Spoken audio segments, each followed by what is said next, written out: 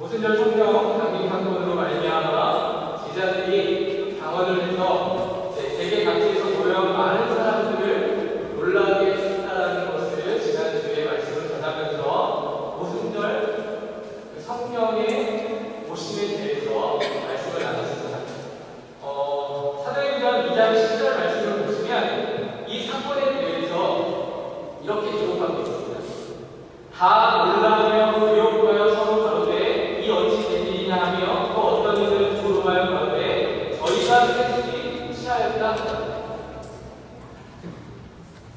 성령께서 이 자리에 바로 이 땅에 오셨을 때에는 우리는 그 성령의 오심에 대해서 이미 하나님의 말씀 가운데 확인받고 또 하나님께서 이것을 계획하셨다는 것을 우리는 이미 알고 있기 때문에 크게 놀라거나 우리는 그리고 하나님의 말씀을 뒤늦게 확인하는 입장에서 이것이 얼마나 큰 의미인지를 깨달아 알 수 있지만 세상이 기독교를 바라보는 그러니까 성도와 교회를 바라보는 시각은 제가 방금 말씀드렸던 이 말씀과 다르지 않다라고 생각되었습니다.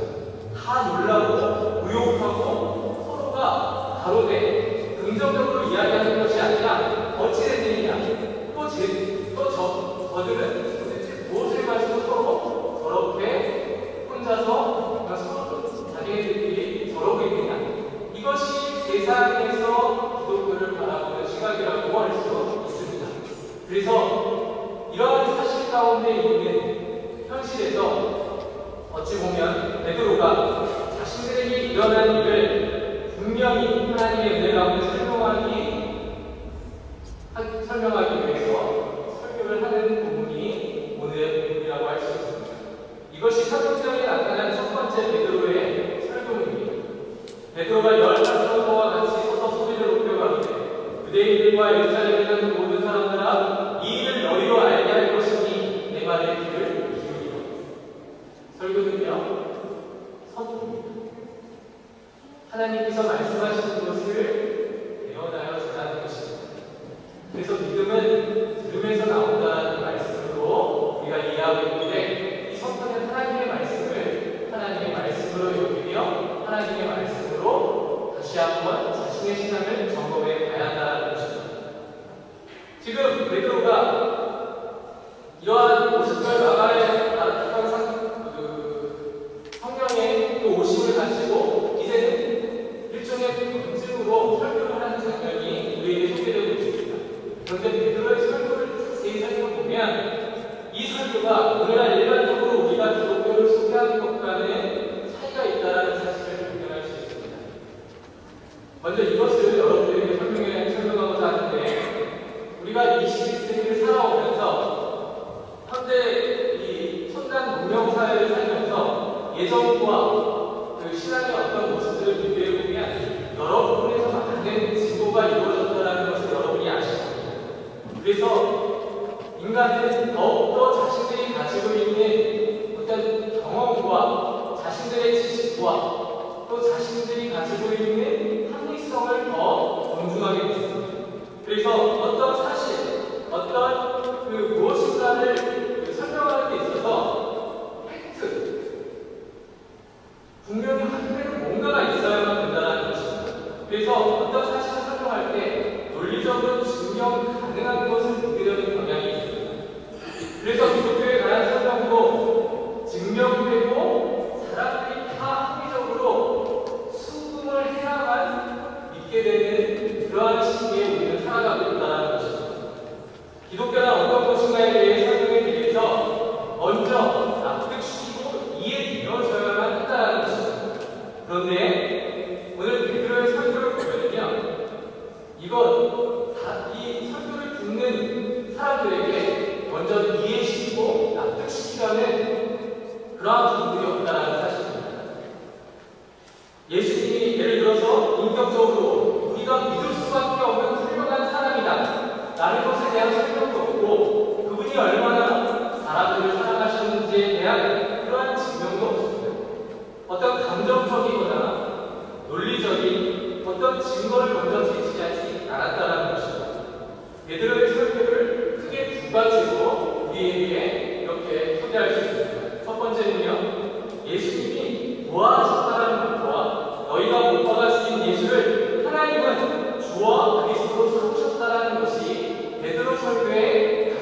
징후입니다.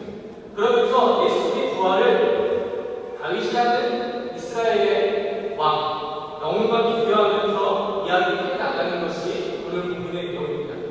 예수님의 부활을 다윗도 알고 있었다는 것입니다. 그러나 다윗은 죽었고 예수님은 죽지 않았고 다윗은 예수님이 부활한 사실을 알고 있었기 때문에 다윗이 중요한, 이 성경에서 중요한 이유는 예수님을 예표한 그러한 신앙의 모습으로 나타나는 것이거든요.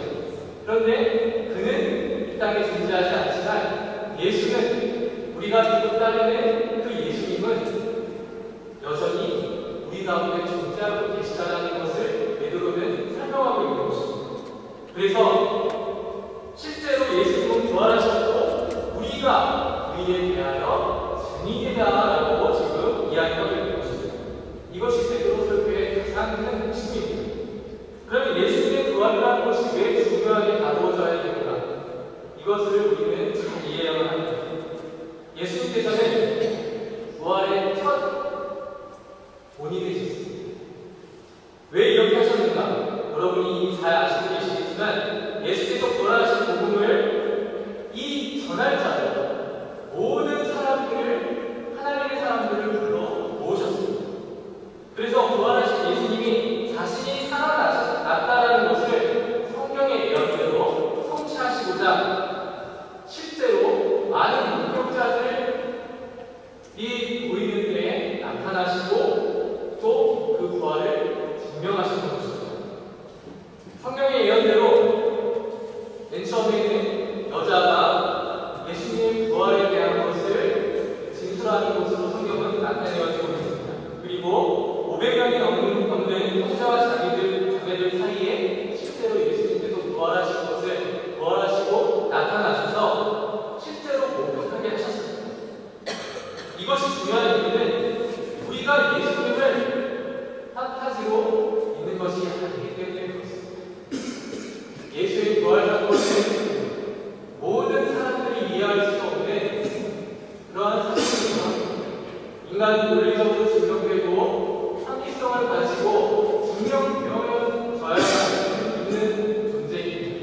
그러나 이 사실은 어떻게 증명할 수 있는 방법이 없습니다.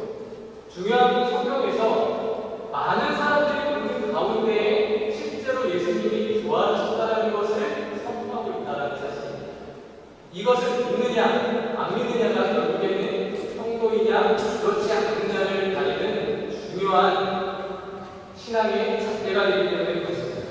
예수님의 부활을 증언하는 바울은 이렇게 성경을 통해서 설명하고 있습니다. 표준 세번역을 통해서 여러분들에게 잠시 읽어드리도록 하겠습니다.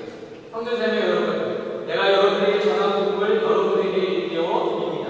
여러분은 이 복음을 전해 받았으며 또한 그 안에 존재하고 있습니다.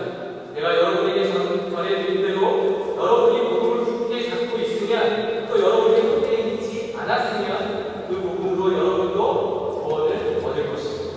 내가 전해받은 중요한 것을 여러분에게 전해드렸습니다. 그것은 곧 그리스도께서 성경대로 우리 죄를 위하여 죽으셨다라는 것과 무덤에 묻히셨다라는 것과 성경대로 사흘째 되는 날에 살아나셨다라는 것입니다. 이게 사도 바울의 고백이거든요. 근데 여러분, 사도 바울은 예수님의 부활을 직접 목격한 사람이 아닙니다. 그런데 사도 바울은 자신이 목격한 것처럼 이렇게 진술하고 있습니다.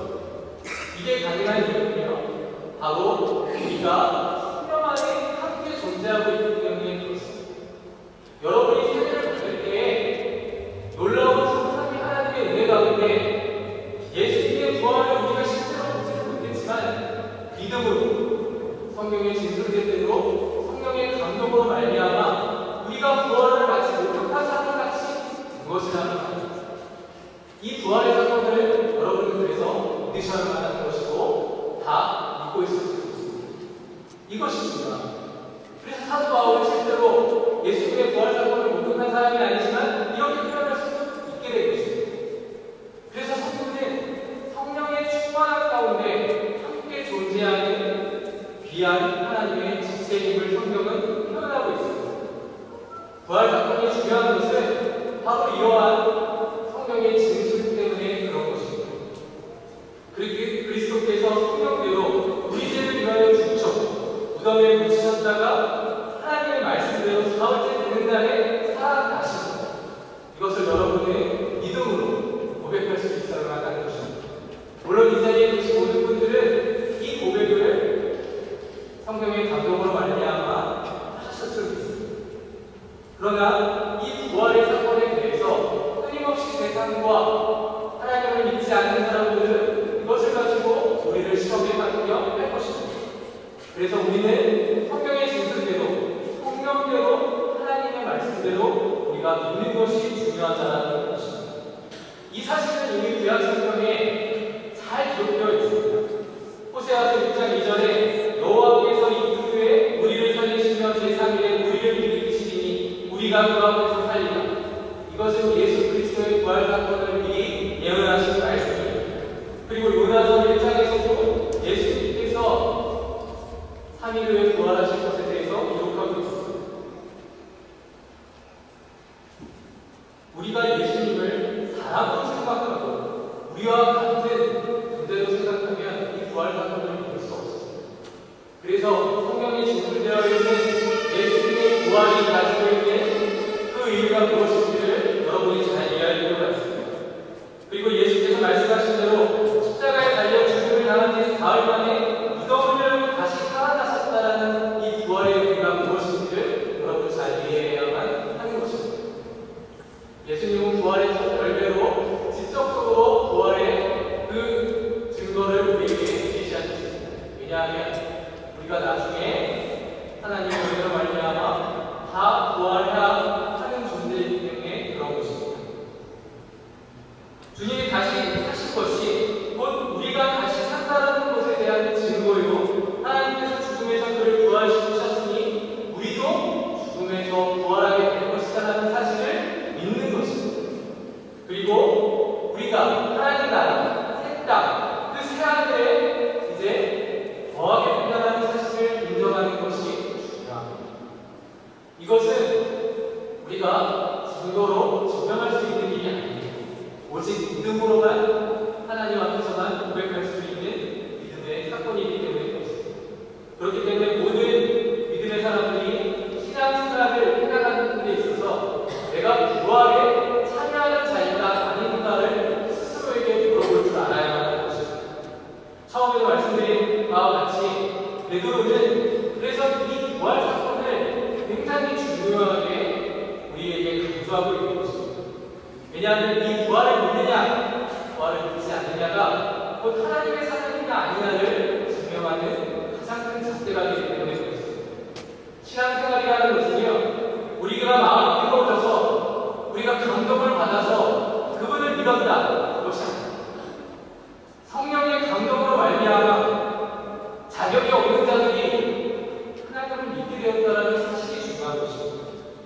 우리가 감정적으로, 어떤 감정으로 내가 무언가를 경험해서 그렇게 된 것이 아니라는 것입니다. 마치 이 세상의 가치가 전부가 아니라 우리가 뒤늦게 죽어서 가야 될 그 하나님 나라가 우리가 궁극적으로 가야 될 하나님 나라임을 깨닫는 것입니다. 그래서 베드로가 이것을 증명하는 것을 여러분은 잘 들으셔야만 하는 것입니다. 그리고 베드로 설교의 두 번째 가장 중요한 핵심은 예수님이 바로 주가 되셨다는 사실입니다. 주가 되셨다는 말은 한마디로 예수님의 하나님 되심을 얘기하는 것입니다. 예수님은 하나님이십니다. 예수님은 단일 안식이 아닙니다.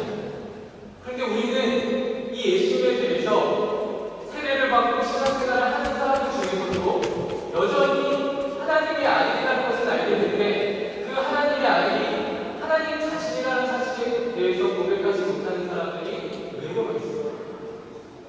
그래서 우리는 예수님께서 하나님으로 우리의 신앙의 고백의 대상이 된다는 사실을 고백할 수 있어야만 하는 것입니다.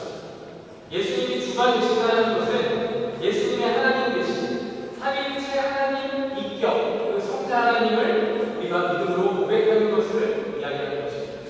잠깐 하나님의 말씀을 여러분이 찾아주시길 바랍니다. 마태복음 15장입니다. 마태복음 15장 21절 말씀을 찾아주십시오. 15장 21절부터 28절 말씀 제가 교독해보도록 하겠습니다. 예수께서 거기서 나가가 들어와 시돈 지방으로 들어가시니 가나안 여자 하나가 그 지경에서 나와 소리를 질러 이르되 주 다윗의 자손이여 나를 불쌍히 여기소서 내 딸이 흉악하게 귀신 들렸나이다. 예수는 한 말씀도 대답하지 아니하시고 제자들이 와서 전하여 말하되 이 여자가 우리에게서 소리를 지르니 그를 보내소서. 예수께서 대답하여 이르시되 나는 이스라엘의 집에 잃어버린 양 외에는 다른 데로 보내심을 받지 아니하였노라 하시니 여자가 와서 예수께 절하여 이르되 주여 저를 도우소서. 대답하여 이르시되 자녀의 병을 취하여 개들에게 던짐이 마땅하지 아니하노라. 여자가 이르되 주여 올소이다마는 개들도 제 주인의 상에서 떨어지는 부스러기를 먹나이다. 이에 예수께서 대답하여 이르시되 여자야 내 믿음이 크도다 내 손대로 되리라 하시니 그때로부터 그의 딸이 나으니라. 아멘. 이 말씀이 왜 제시되고 있는지를 여러분 잘 들으십니까? 지금 두 번째 베드로의 설교의 핵심은 예수님의 하나님 되심이라고 말씀을 드렸습니다. 근데 지금 제가 방금 인용한 이 마태복음 15장 21절 이후의 말씀은 한 이방인 여자가 자신의 딸이 귀신 들림에 대한 것에 대해서 예수님께 와서 고침을 요청하고 있는 상황입니다. 그러자 예수님께서는 굉장히 냉소적으로 나는 선택받은 이스라엘 백성들을 위해서 왔지 너희들을 위해서 온 것이 아니다라고 그렇게 시험하여 그 여자에게 대답하시는 장면입니다. 그때 여자가 뭐라고 얘기하는지 보십시오. 자녀의 병을 취하여 개들에게 던짐이 마땅하지 않다는 그 이야기를 듣고 주여 올소이다마는 개들도 제 주인의 상에 떨어지는 부스러기를 먹나이다 라고 말합니다. 이 말씀의 의미에 대해서 여러분 아시겠습니까? 이 말은 결론부터 말씀을 드리자면 예수님이 어떤 분인가를 이 여자는 분명히 알았던 것입니다. 예수님이 하나님 대신, 그러니까 하나님의 아들이심을 분명히 알았기 때문에 유일한 그 병에 근원되고 귀신 들린 것을 고칠 수 있는 자는 이 땅의 주인인 하나님의 아들인 예수님밖에 없다라는 사실을 고백한 말씀입니다. 예수님 앞에 자기 스스로가 누구인지를 지금 이 여자는 고백하고 있습니다. 이 말은 곧 무엇을 얘기하냐면 자기가 어떻게 하나님으로부터 창조함을 받아 어떠한 존재로 이 땅에 있는 것인가를 알았다는 것입니다. 이 말을 다시 바꾸어 이야기하자면 이 여자는 예수님이 하나님 되심과 자기가 하나님의 은총이 아니고는 존재할 수 없는 피조물임을 고백하고 있는 것입니다. 개들도 주인의 상에서 떨어지는 것 부스러기를 먹는다는 고백은 아무나 할 수 있는 고백이 아닙니다. 자기 스스로가 개만도 못한 존재임을 이야기하고 있습니다. 여러분, 우리는 자존심으로 신앙생활을 할 때가 너무나 많습니다. 근데 잘 생각해 보십시오. 지금에서야 개가, 강아지가 가족으로 인정받는 세상입니다. 저는 이것이 납득되지 않는 사람 중에 하나이지만 중요한 것은 어떠한 사람을 가지고 표현할 때 개만도 못하다라는 얘기는 상당히 자존심 상하는 얘기입니다. 그리고 수긍할 수 없는 얘기입니다. 그런데 자기 스스로가 개만도 못한 존재임을 이야기하고 있습니다. 여러분이 하나님 앞에 섰을 때 진정으로 자신의 죄인된 모습을 고백할 수 있겠습니까? 내가 개만도 못한 그러한 존재임을 스스로가 고백할 수 있겠습니까? 그러나 여자는 이 고백을 합니다.